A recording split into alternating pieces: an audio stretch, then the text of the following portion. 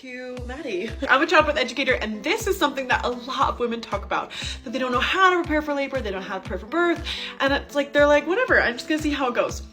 And while they have the best intentions, and I really hope everyone's labor really goes well, my job as a childbirth educator is to make sure that people don't have traumatic experiences. But when people don't prepare, most of the time they have a traumatic birth experience, and I just hate that. I want to tell you my top 3 things I tell everyone to prepare for a hospital birth.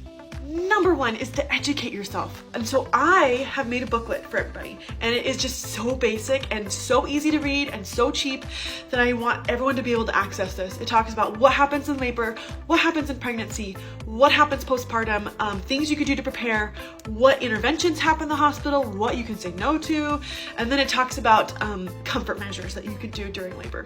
So I hope that everyone's able to access this and read it, because I think it's really great and easy to read.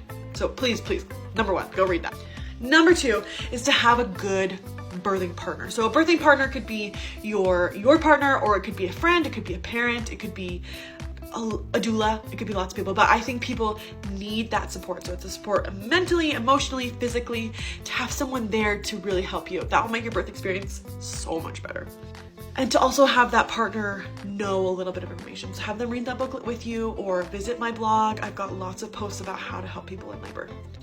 Number 3 is to have a good birth team. So I know that at the end of pregnancy, it's hard to switch doctors. It's sometimes really impossible. So to make sure when you do this at the beginning of pregnancy, to make sure you have a good birth team, ask your doctor their C-section statistics. Ask them if they are okay with how you want birth, however you want birth. Make sure that they're okay with that.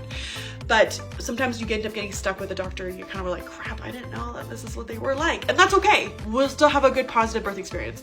But now what you can do is control your nursing staff. I know that sounds really weird. Sometimes there's really awesome nurses that make your birthing experience so good, but there are some nurses who can make your birthing experience a little miserable. And sometimes nurses just have a bad day, and that's all it is. So what you can say is like, hey, I noticed you're having a bad day. I'd like a new nurse because you're not really matching my vibe. And that's okay. You're not being mean. You're just meeting your needs. Okay? Those are my 3 things. Ask me any questions.